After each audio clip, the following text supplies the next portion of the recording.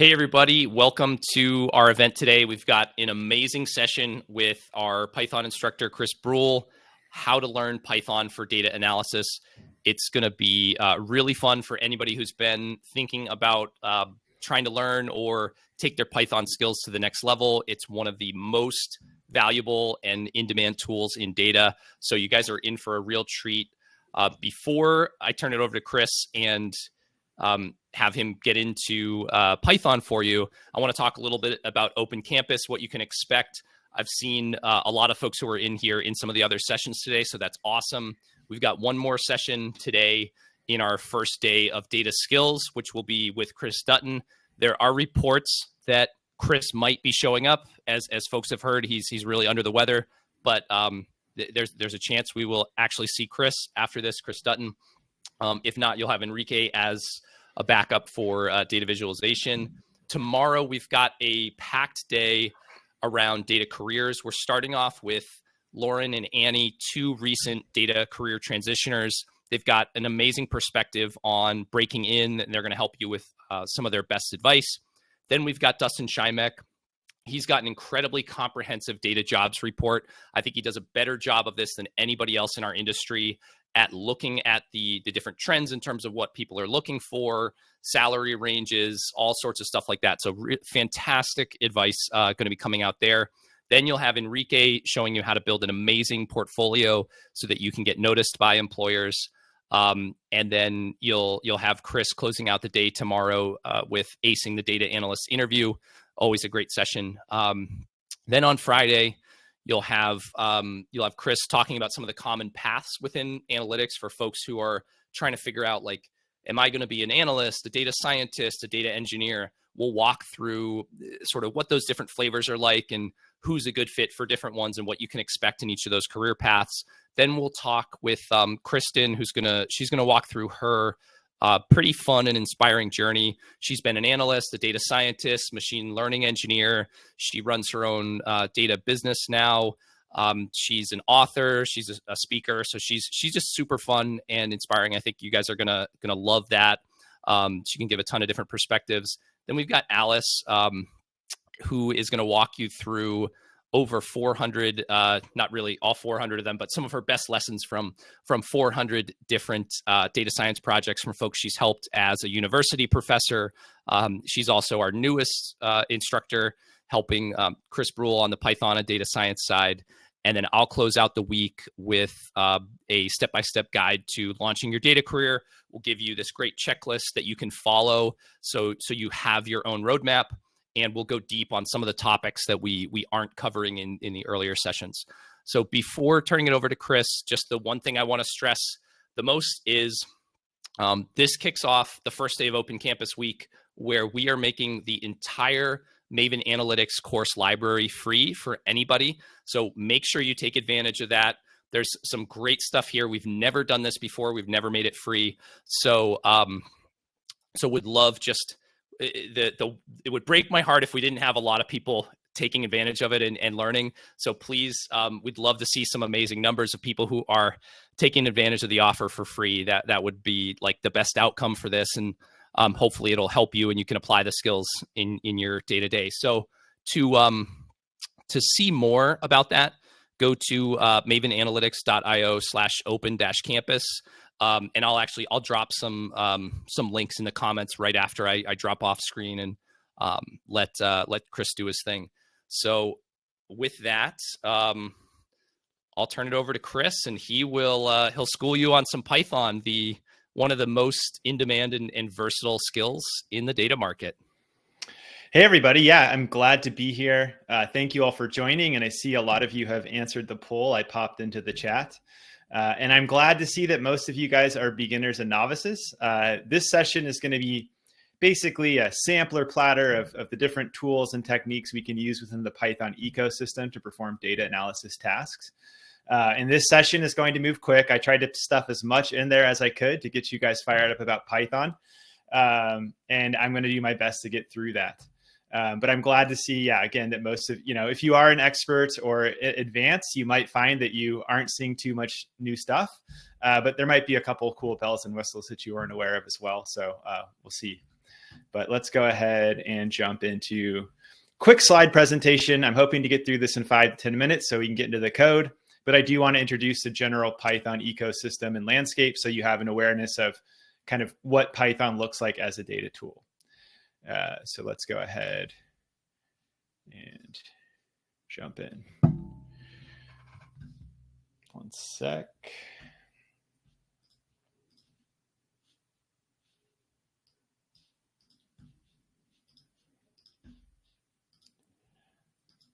All right, so you guys are all seeing the presentation view? Looking great. Awesome. All right, yeah, so we're going to do a brief overview of the Python ecosystem and landscape with some slides, and then we're going to dive into a technical demo. Really going to focus on the very basic building blocks of Python. You know, Python is a general purpose programming language, and there are some rules and syntax and elements that you need to understand before you can really get up to speed on the data analysis side of things. Once you've done that, though, your next stop is going to be the Pandas library, which has a very soft spot in my heart, but it is an amazing free library that contains an arsenal of analytical functions that can accomplish just about any analytical task. We'll then take a look at some of the options we have for data visualization in Python before taking a quick look at a data science model. We're going to show how we can build a linear regression model with just a handful of lines of code. So let's go ahead and dive in. So why might you want to learn Python if you are in the data space? Well, first, it's going to be important to understand what Python is. So Python is a free open source programming language that's both powerful and easy to learn. It's become one of the most popular languages in the world due to its accessibility, flexibility, ease of use, and wide range of applications. So a lot of code that you see on screen will make you just instantly shut your laptop and nope out. But one of the very appealing aspects of Python is that it simplifies a lot of things for the coder and the reader to make it, relatively speaking, a beautiful language to read and pretty easy to understand to get started with. But it's used in a wide variety of domains, from data analytics to web and software development, machine learning, web scraping, game development, and more. And one of my favorite quotes about the Python language is that it is the second best language for every task. So a lot of the times you'll see languages develop around a very specific use case, whether that's JavaScript for web development or R for data analysis. But because Python is so popular, you'll quickly see people mimic the capabilities that are popular in other languages. So if you learn Python, you'll have this ability to perform a wide array of tasks. Although, most analysts kind of stick with the analytics space because that's what they get paid to do. And I would even argue that Python has probably surpassed R, or is at least at parity with R in the analytics space. But in terms of programming languages, depending on what metric you look at, Python is either the most or among the, top 2 or 3 most popular programming languages in the world. And it's continuing to grow in this direction. And some of that is driven, in fact, by its popularity for data analysis. And so why might you want to learn Python for data analytics? One is scalability. And when I'm talking about scalability, I kind of mean in 2 ways. So one, because Python is free, organizations don't have to worry about, negotiating, complex and expensive software licenses to get new headcount. Analysts can simply download it for free and get started within about 15 minutes. It also has the ability to crunch large amounts of data relative to a lot of more proprietary data analytics tools. There's no limits on the number of rows or columns you can process with Python. So it makes it an excellent tool to have in your tool belt when you're working on larger data tasks. It's also extremely versatile. So I mentioned it's used across a wide array of, programming domains, but even within the world of analytics, it's capable of doing everything from connecting to a wide variety of data sources, performing all the analytical tasks you need to, beautiful data visualizations, and a whole lot more.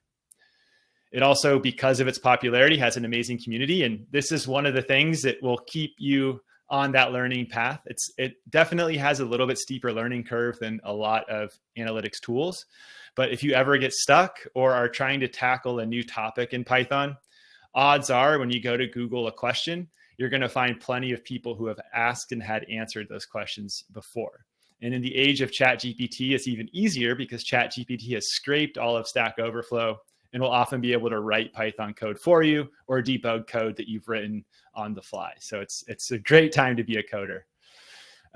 One of the underrated aspects of Python, so, we'll talk about machine learning and show some cool data visualizations, but because Python has this large community of folks developing custom functions and releasing them to the public, that open source mindset, It has connectors to a wide variety of data sources that might be very challenging to connect otherwise. And data engineers have to know Python because they are automating these complex data workflows, and Python often serves as the glue between multiple tools and data sources.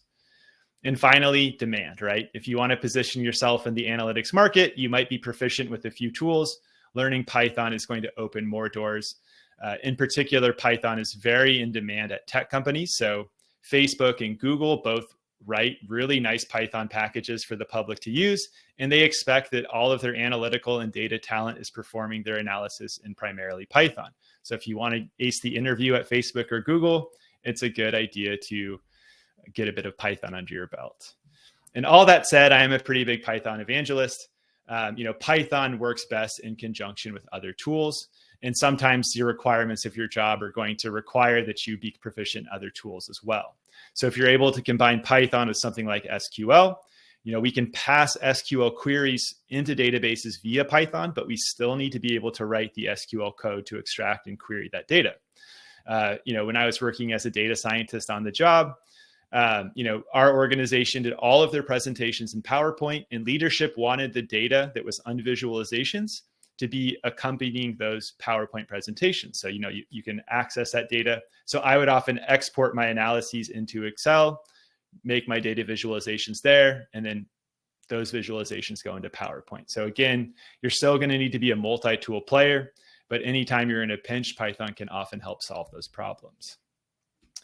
And so finally, the thing about open source libraries, if you're new to them, is oftentimes the programming language itself is very stripped down and bare. It has, basic programming functionality, and you're able to be the artist and write all of your own custom functions to develop a really powerful array of functions. But because it's open source, again, analysts and data scientists, as well as folks in other domains, rely on these custom functions that have been developed by other people. So we don't need to be master programmers because some of the smartest people out there have already written amazing functions for us. And so a lot of these great functions are already out there. We just need to know which libraries they're in. And so to start, you really do need to have a strong understanding of base Python. The language itself, its rules, the granular units that are going to allow you to build logic and write, good programs. But once you've mastered the fundamentals of that syntax, you're going to want to move straight into the Pandas library, which again, is one of my favorite libraries I've ever worked with, has amazing analytical capabilities, and is, kind of like a SQL and Excel hybrid in terms of the array of analytical capabilities it has. From there are a wide array of data visualization libraries. So Matplotlib and Seaborn excel at producing static charts. It has the full array of bar charts, line charts, etc. But Seaborn brings some really amazing visualizations that statisticians and data scientists love.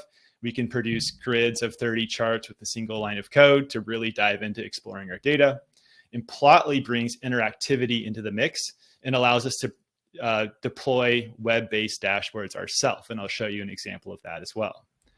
And finally, one of the biggest drivers of Python's popularity in the data space is machine learning. So Google and Facebook have developed some of the most advanced deep learning algorithms out there and deployed them to the public. TensorFlow is an example of a library developed by Google. And then we have more traditional machine learning available in scikit-learn, and a little bit more statistical bent on machine learning and stats models as well. And so let's go ahead and jump in. John, do we have any questions here?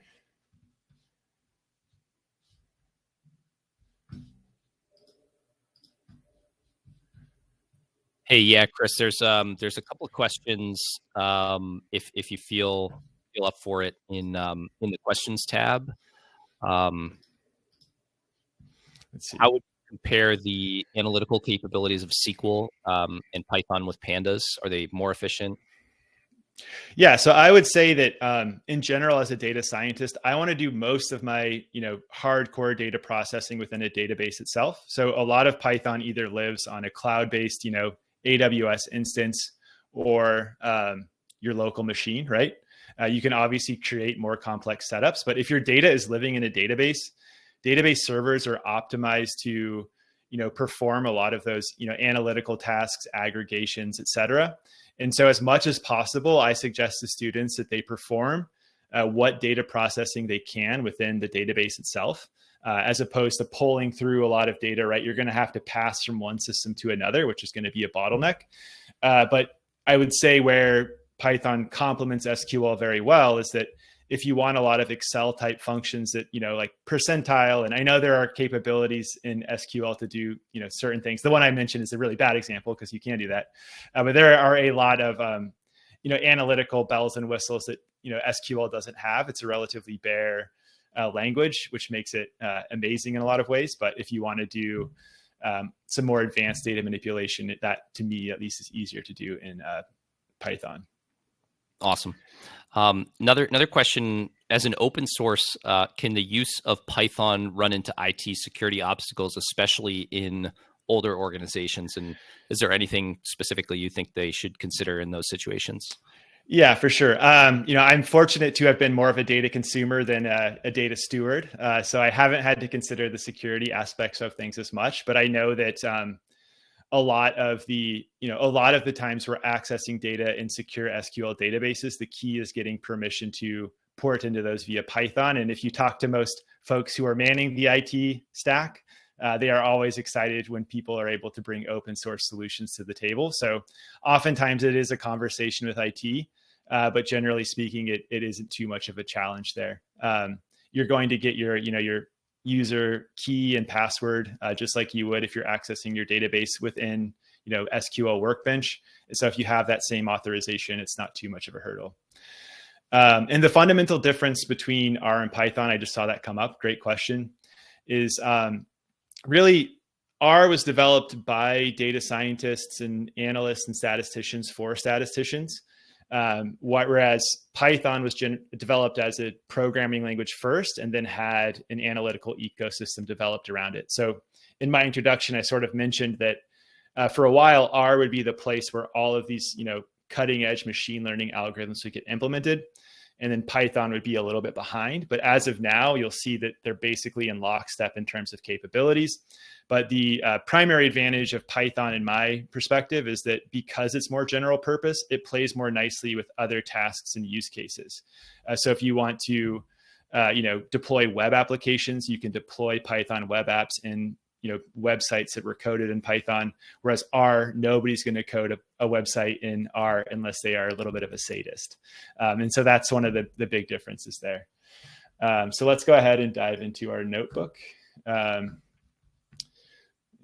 everyone see that? Great. And so to start, at its core, Python is a calculator, right? Any programming language is manipulating the zeros and ones that pass through the processor on your computer. But very quickly, things get more complex. So it's very important to understand the fundamental data types that are available to us in Python, because that's knowledge we're going to build on as we work with, more complex libraries like Pandas. But right, we have an integer 2, we have an integer 5. I'm going to use an addition sign to add them together. Can anyone guess what's going to happen? We return 7, right? Nothing too exciting there. We could change this to an asterisk and multiply these together. And we can do similar arithmetic with floats. Floats just have floating decimal points beyond the integer themselves. I was playing around with this demo a little bit, but we can convert the results of this float into an integer if we want. So you'll need to understand types and type conversion in order to get the most out of working with data, right? There's also strings. So we have a string here, hello world, and then the print function displays things to the screen for us a little bit more nicely. But you'll learn that very early on in the course. And of course, all of these data types have methods and functions associated with them. So if I wanted to split hello world into individual words, by default, this function is going to split on this space. So we end up with a list containing hello and world. Of course, if we wanted to split on the W here, we'll end up with a very strange set of strings, but we can do all sorts of fun stuff like this. And of course, if you're coming from other tools, right, we have the classic upper and lower, but there are a number of ways we can work with all of these data types that are built right into the language itself. Another important concept to understand is Boolean data type. So again, true or false data type. And so this double equal sign is a statement. I'm stating that 1 is equal to 1, and not surprisingly, that is going to return true. However, if I were to say 1 is equal to 2, that is going to return false. Again, not too surprising there. But this data type here is going to be the foundation for building conditional logic. So here I've written if 1 is equal to 1, it's going to print Chris is the best instructor. And not surprisingly, I'm the best instructor. But if I were to tweak this and make this false, all of a sudden it's going to say Chris is the worst instructor. But I'm going to go ahead and set this back to 1 because we all know. I could be talking about Chris Dutton for all we know. But anyways. And then finally, the other cool property, the Boolean data type, is that we can use this in arithmetic to build in logic directly to the math we're performing, right? So 2 + 2 = 4. But if I multiplied this by 1 = 2, which returns false, we'll get 0. But if this were true, it would return 4. And so there's all sorts of logic that we can build in. And these are kind of the fundamental building blocks of the Python language. And then we can get a little bit more complex when we introduce variables, right? So variables fundamentally are just containers that we name that store values. And so in this next little sequence of exercises, we're going to build a compound interest calculator, right? So we're going to start with 10,000. I'm storing this in the variable investment value, and our interest rate is going to be 0.05 stored in this variable interest rate. So as opposed to hard coding all these values, I can just create an interest earned variable that's equal to investment value times interest rate. And at these current values, that's 500. But if I were to, I can change the values assigned to these variables without changing dependent code. And so instead, we end up with $1,000 interest on our $20,000 investment. And so at the end of period 1, we're going to overwrite our investment value variable by adding our original investment value of 10,000 to our interest earned, and we'll end up with 10,500. And so the next step is if we wanted to repeat this a number of times, so maybe we're getting 5% per month, which would be an amazing return, and we wanted to do this 12 times, we would write a loop, right? Loops allow us to repeat a set of instructions a finite or infinite number of times, depending on which loop we're doing. A for loop is going to run a specified number of times. So I specified 12 to run this loop 12 times. And so if I go ahead and comment this out and uncomment this line of code, let's just calculate interest on $10,000 12 times. So our investment value is 10,000 once again, and our interest rate is 0.05. And so this ran 12 times, but we're only generating $500 worth of interest. The other step we need to take in this block is update our original investment value. So each time this runs, we're going to add the interest earned, and that's going to be the investment value in the next iteration. And so if I were to run this now, we would see that our investment is growing and compounding because we're updating our investment value based on interest calculated. And then when we go to the top, we're calculating interest once again.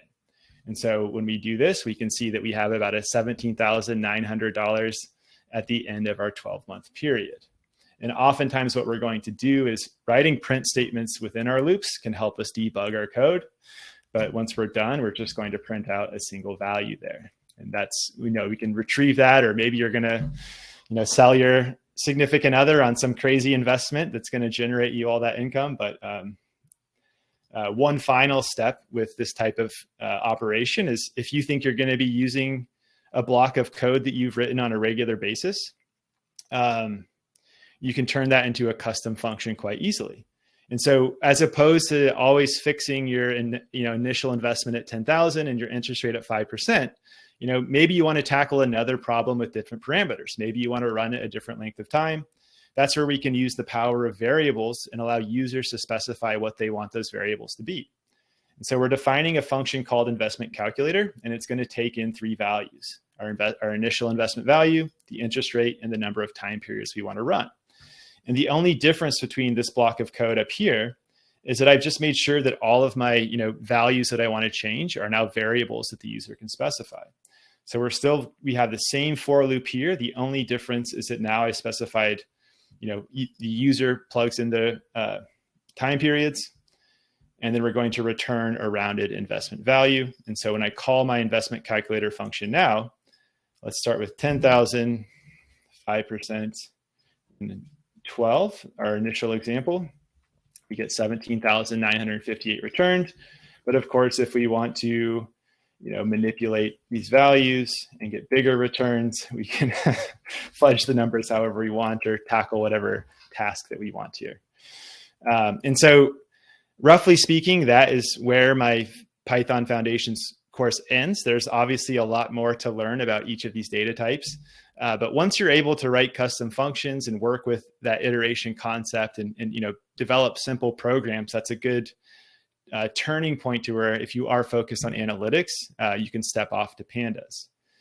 And so Pandas has a ton of functions. The first, step in any sort of data science or analytics project is importing our data. And so I mentioned that, we're going to borrow from libraries of custom functions that other people did. And to import them, we just need to do something simple like this. We're importing the Pandas library with an alias PD. I've then written out a file path to the file we're going to be working with on my local machine. I'm then going to store the data we read in with the read CSV function from the Pandas library, the file that's at the path up above. And that's going to be stored in this diamonds data frame. And then finally, I'm going to call the head method, which will return the top 10 rows of this data frame. And we end up with a 10 column data frame. We have our carat weight of our diamonds. How good was the diamond cut? What color is the diamond? How clear is the diamond? And then various dimensional measurements, as well as our price column. So how much did that diamond cost? And in terms of read CSV, if you want to read from an SQL database, you're going to use read SQL. If you want to read from an Excel file, you're going to use read Excel. And we can read from specific sheets and write to specific sheets. So it's very comfortable working with a wide array of data formats as well here.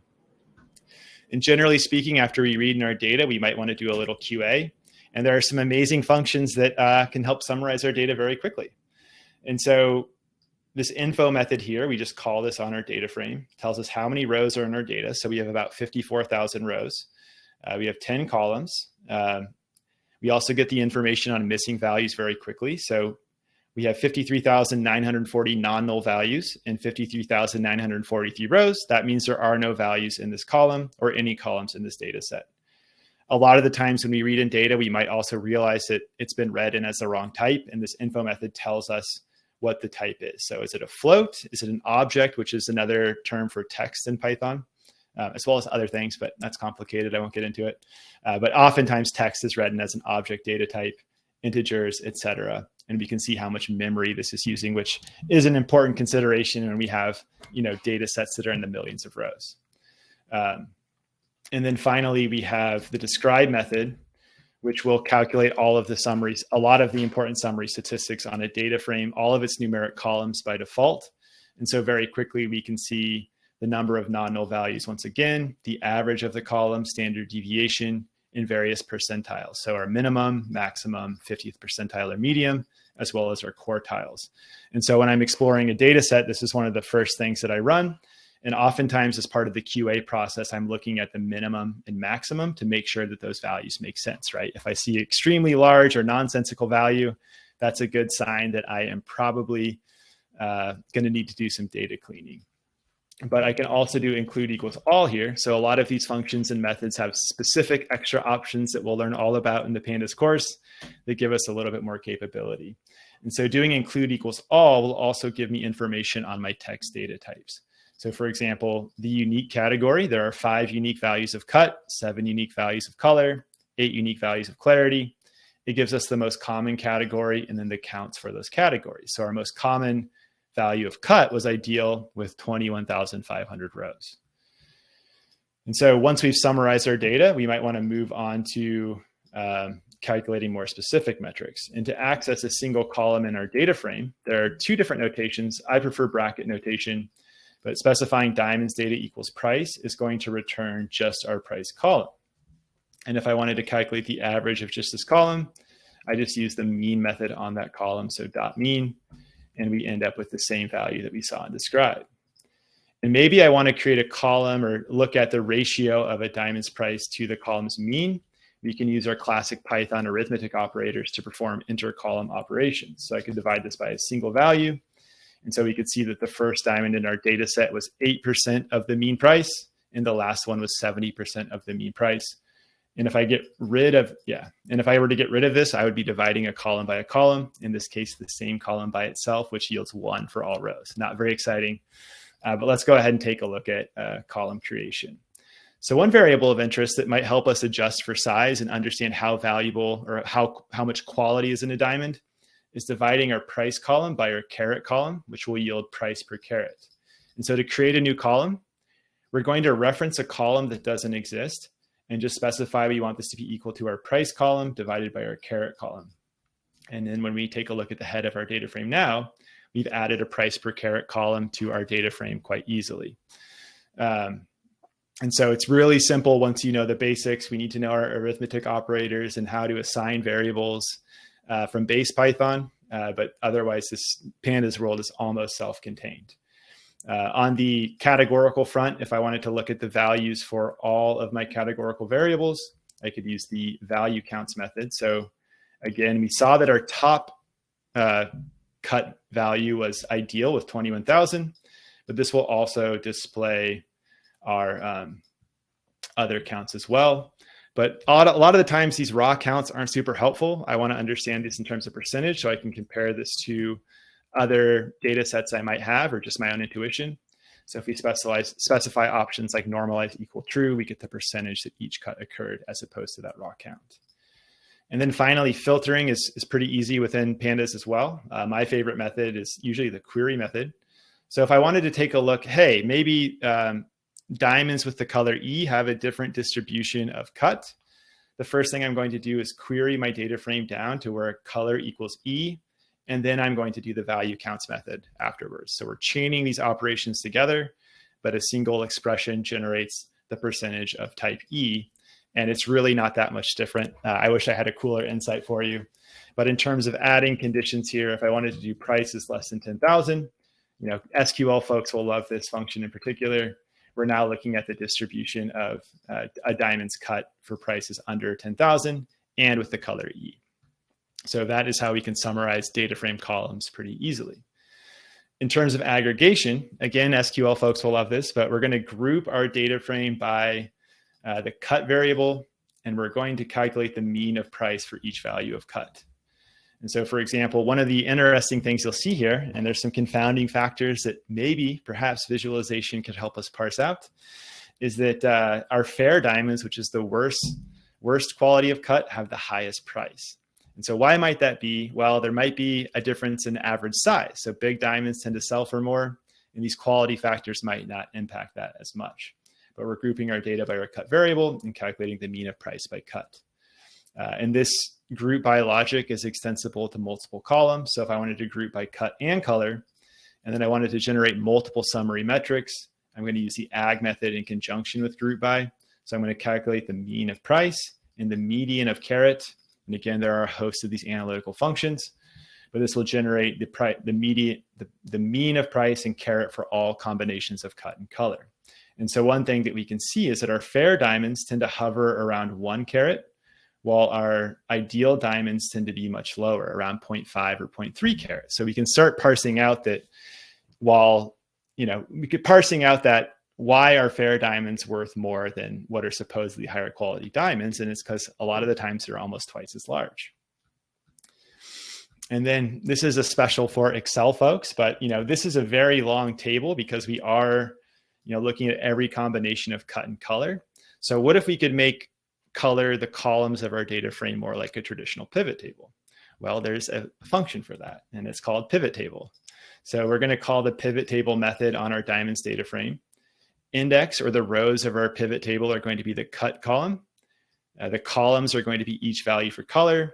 We're going to look at price per carat, and we're going to calculate the mean price per carat for each cut color combination in our data frame. And that yields a nice pivot table like this. This is a little bit hard to analyze, so I'm about to show you a visualization that might make it a little bit easier to read. But before we do that, I do want to point out that Pandas does have some native plotting functions itself, which are kind of hard to customize, but for basic EDA, allow you to work very quickly. So here, I'm looking at my diamonds data frame, my pivot table. I'm grabbing columns D and J. I'm then going to sort values in descending order by column D. Ascending equals false, so that gives us descending. And then all we need to do is specify .plot.bar to get a bar chart. And we can see that these are sorted in descending order by value of column D. And so what do we see? Well, we see that fair diamonds have a much higher price for color D, which is a superior color.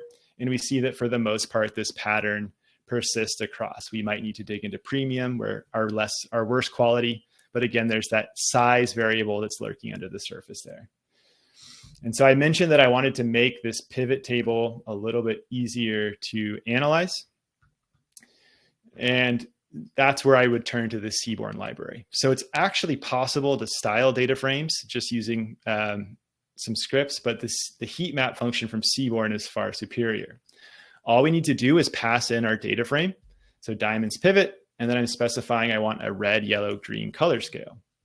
And so now our pivot table has been turned into a mass of numbers to something that's really easy to see. And if we take a look in terms of price per carat, our fair diamonds, our lowest quality, tend to have a worse value in terms of price per carat. So now we're adjusting for carat weight. And color J, which is the worst color, tend to have the lowest price per carat as well, with our lowest price overall being our worst combination of diamond cut and diamond color. Meanwhile, our premium diamonds, our highest quality diamonds, tend to have the highest price across all levels of color as well. And so that's something that allows us to easily perform this type of analysis.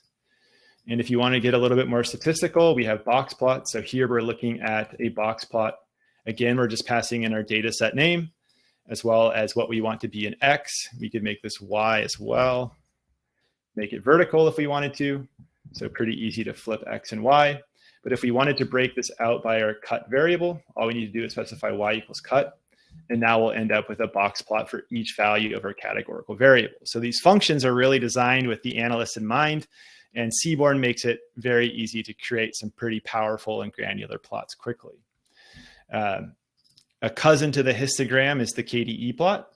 So again, one of the beautiful things about the Seaborn library is that we can take a look at the distribution of carat weight without breaking it out into category. And one of the interesting patterns you might notice is that we see these spikes around every half or quarter increments of carat weight, right? And that's because when people are cutting diamonds or buying diamonds, they really anchor themselves to these psychological, I don't want a 0.99 carat diamond, I want a 1 carat diamond. I don't want a 1.49 carat diamond, I want a 1.5 carat diamond. And so this distribution mirrors that psychological games that diamond buyers and sellers play. But if I wanted to break this out by our cut variable once again, I'm specifying hue equals cut, which is saying I want a different colored line for each of the categories in this column mentioned. And so now we have a density curve for each of the values of cut. And once again, we see that carat variable pop up here, which peaks around 1 for our fair, our lowest quality of diamonds. But this same variable peaks around 0.3-ish for our ideal and premium diamonds. So that's why the price differential was kind of off when we just looked by cut. But when we look at the distribution of carat weight, we can see those fair diamonds are much larger, which is pushing up their price. And we can do the same thing with scatter plots, right? So we could look to see the relationship between carat weight and price. So carat weight and X, we see this exponential relationship. And we also tend to see that our ideal or highest quality diamonds tend to float towards the top of the scatter plot here. And so as we're preparing for modeling, it might be helpful to know some of those differences. Another, counterpart to this chart is if you're familiar with Excel, you might often fit trend lines through scatter plots to kind of understand what the linear relationship between your X and Y variable is. And we have a similar functionality here. It's called LM-plot, which basically draws a linear equation on top of your scatter plot. And so we can see there's a clear, strong, positive relationship between carat weight and price. But what if I were to break this out by clarity, right? Do you think that all quality diamonds are going to have the same rate of price increase? Let's take a look. I think I actually want to do color here. I don't want to sample, that's what I'm doing.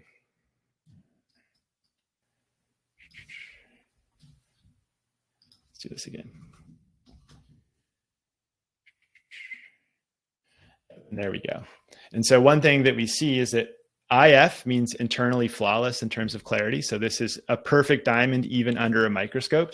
has the steepest rate of increase in terms of price versus carat weight. So these diamonds are extremely rare. And so as they get larger, they command even more of a premium over other quality of diamonds. Whereas I1 is visibly flawed, like you'll be able to see it and be like, I don't want that diamond. You can see these have the slowest rate of increase across. As carat weight increases, price goes up at a much slower rate. And so if you are going to build a linear regression model, understanding that the slope of your line is different depending on this variable is very important if we're thinking about something like an interaction term. And finally, this is the data scientist's delight here. If you're screening for variables that are going to be useful in a linear regression model, we might want to use the pair plot. So I've just gone ahead and limited this to a handful of variables, but we get a scatter plot matrix that allows us to understand which variables might impact price. Well, we can see that all of our dimensional variables, including carat weight, have a strong positive relationship with price. And we can also see that these variables are highly correlated with each other, right? As any dimension of the diamond goes up, carat weight's going to go up as well. And of course, we can still add our good old hue function here if we really wanted to get crazy and break this out. Let's see what I do wrong. Oh, I gotta do clarity. Let me drop that other variable.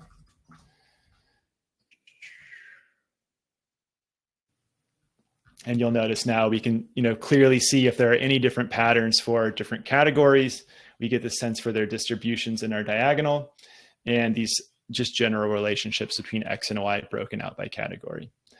And so that's Seaborn. If you are building machine learning models, Seaborn is an absolute lifesaver. But even if you just want to understand your data at a deeper level without having to build 25 scatter plots, learn the pair plot function. Really quick, I want to show you the Plotly library. I've built a dashboard. This is a dashboard that you'll be able to produce by the end of the Plotly and Dash course. This is hosted on a free site called pythonanywhere.com, but it's deployed as a web application. But you'll learn how to put together the pieces to build interactive visualizations. So for example, I built a list of all the ski resorts in the world. And if we want to change our required price, we can see that we have quite a few, in the Rocky Mountains of North America. The Alps in Europe are absolutely dense with these, and so on. And we also have the ability to do things like multi-tab, or if I wanted to profile, I'm going to Europe, I'm going to, France, and I want to find the resorts with the highest altitude. So I could look at, okay, Les Deux Alpes, I'm not a French speaker, has the highest max elevation of 3,560 meters there. And so these are all skills that once you learn that core of base Python in Pandas, you'll be able to dive into, sort of choose your own adventure based on your needs. But all of these libraries are designed around the Pandas library and require a little bit of base Python to understand and really work with as well. And finally, the last thing on our agenda today is just really quickly show how quickly we can build a linear regression model. So I'm working with stats models here. I'm specifying which variables or columns I want to be my X variables. In this case, I'm just fitting a model on carat weight. And then I'm specifying my Y or target variable is going to be price.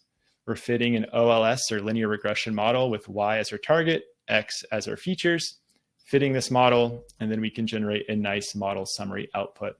And so fitting a linear regression to capture the relationship between price and carat generates an R-squared of about 85%. And looking at our coefficient down here, we can say that for each 1 unit increase in carat weight, on average, we see a $7,756 increase in price. And so that concludes the demo. I know that was a lot, but I hope that you can kind of see the power of this language and understand that once you master that foundational piece of base Python and Pandas, you're really quickly able to branch into amazing data visualizations, machine learning models. The whole ecosystem is designed around being able to pass the tables we read in with read CSV into a host of other libraries and functions. And the great thing about Python is there's always people working on the next great implementation of data viz, machine learning, et cetera. And so you'll never be waiting for, or you might be, but not too long, a product release, et cetera. And so, yeah, I think now I think we're about at time, but I'm happy to answer any questions we have. Yeah, absolutely. We've got a little bit of a buffer before the next session. where we'll go into data visualization with Chris Dutton. So I think we could do like 5 or 10 minutes Q&A and then give everybody a little bathroom break before the next one. Awesome. So yeah, it looks like the last one I didn't answer was why Jupyter Notebook and not PyCharm. I think the biggest difference for me is that particularly for presenting and teaching, Jupyter Notebook is a really great way to do that. It has a very nice logical flow. And in Jupyter Notebooks in general are heavily used in data science and analytics because they render visuals and objects, right below the code themselves. Whereas, other tools are a little bit more finicky, but I know a lot of analysts and data scientists use PyCharm as well. My personal preference for a lot of this stuff, though, is to stick with Jupyter Notebooks. And yes, I've talked with Aaron, our Power BI instructor. We just never quite pulled the trigger on it, but it is possible to integrate Python code and visualizations directly into Power BI. As many of you are aware, there is Python in Excel now as well. So you're able to access a lot of these analytical functions in Excel. And Microsoft is very keen on, integrating Python with other tools. There are implementations of clustering algorithms from Python that I've seen in Power BI that can add a little bit more depth to your visualizations as well. And, while Power BI does have some very nice AI visuals, if you want to kind of create your own custom algorithm, that's something that you can do and implement in Power BI as well. And there currently isn't a Python in Power BI course. That is something that we discuss, as I mentioned, on a, not every day, but on a couple of times a year. And it's certainly something that we should look at diving more into. And I see Julie is, can we add DAX measures to a Python code? I'm not sure about that. That's kind of a blind spot for me, but certainly something I should look at. I guess I'm getting a lot of Python and Power BI demand. So maybe that is something I should think about for our course roadmap. And really quick, I did want to show the Python tracks that we have. So currently we have a Python specialist path, which is focused on data analytics, data manipulation, data visualization. This is a 4-course path, starting with the foundations of the Python language, moving on to Pandas, data visualization with Matplotlib and Seaborn. I teach a little bit of data viz in the Pandas course, but if you really want to customize and make your charts beautiful, you're going to want to dive into Matplotlib and Seaborn. And then finally, I have a course on dashboards with Plotly and Dash. And as I mentioned, by the end of that course, you will be able to create and deploy your own web-based dashboard, which is a great, I would say a great exercise if you're working on a portfolio project, because it will demonstrate, your ability with Pandas, data visualization, and some of those glue pieces I mentioned. You're going to be working with web frameworks just a little bit. And so you'll kind of show that you're not only able to do the analytical work, but take it the next step and deploy your model into production. And then something that's in progress right now is our data science track. So my colleague Alice released a data prep in EDA, and there is some shared content between this course and the Pandas course, but this is all about focusing on getting your data ready and visualizing and exploring your data with the purpose of building machine learning models. And I recently just released in August our course on regression. We have 3 more courses planned for our data science track. We'll be building all sorts of predictive models in Python. The next up is classification before Alice takes you through unsupervised learning and natural language processing sometime next year.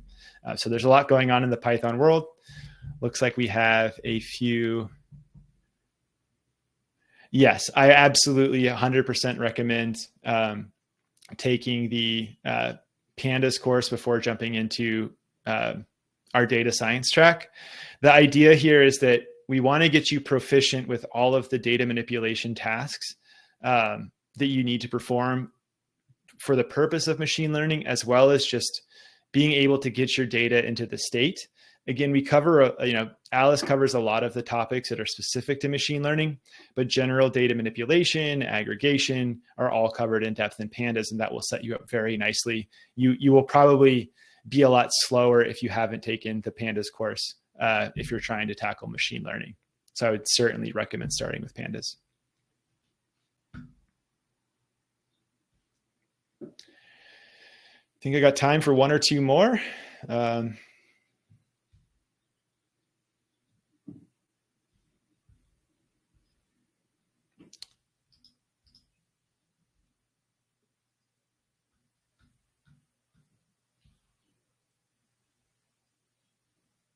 All right.